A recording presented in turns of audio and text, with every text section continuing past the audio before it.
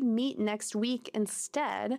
So you're just kind of suggesting something. You say, I can meet either time, but for you, it sounds like you're busy. So I'll just put it out there that we could do it next week instead. Or if you are at work and everybody is, a little bit stressed about something, you can say, well, I'm just putting it out there. Maybe we could divide up this task. So again, you're kind of trying to suggest something without being too pushy. Let's see if you know these phrases for when things are uncertain, or you just want to caution someone and kind of control the expectations to make sure that everyone's thinking realistically.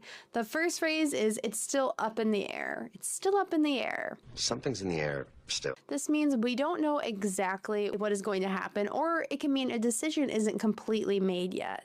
So maybe someone says, hey, are you going to go to the party on Saturday? You might say, I'm still up in the air, or it's still up in the air. You can say either with this expression, meaning like the decision is still uncertain or up in the air, or my decision is uncertain or up in the air. So this phrase is pretty flexible how we use it. I'm still up in the air, or it's still up in the air. You can use this phrase with pretty big life events or more serious things as well. For instance, maybe you're getting married, but you don't know exactly when yet. You might say it's kind of still up in the air. We don't know what day we are going to pick yet.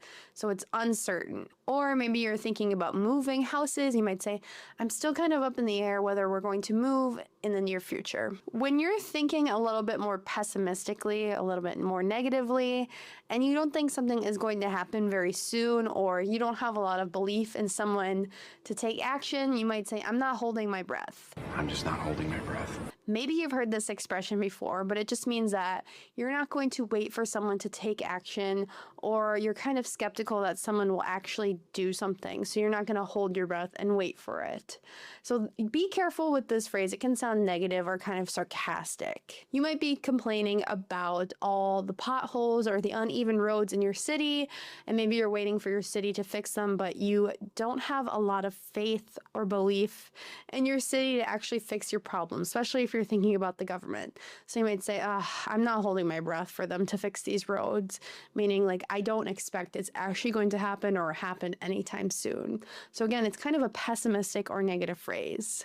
Maybe on a more personal note, you have a friend that always tells you, I'm not going to be late this time. I'm not going to be late this time.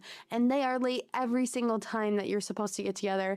You might say, I'm not holding my breath for him to change. So this means like you're not actually expecting for them to make this change and be on time more often. A really nice and mature phrase that means that you don't want to make judgments before you have all of the information is you don't want to jump to conclusions. I don't jump to conclusions. We use this common collocation or phrase all of the time, jump to conclusions. If we say that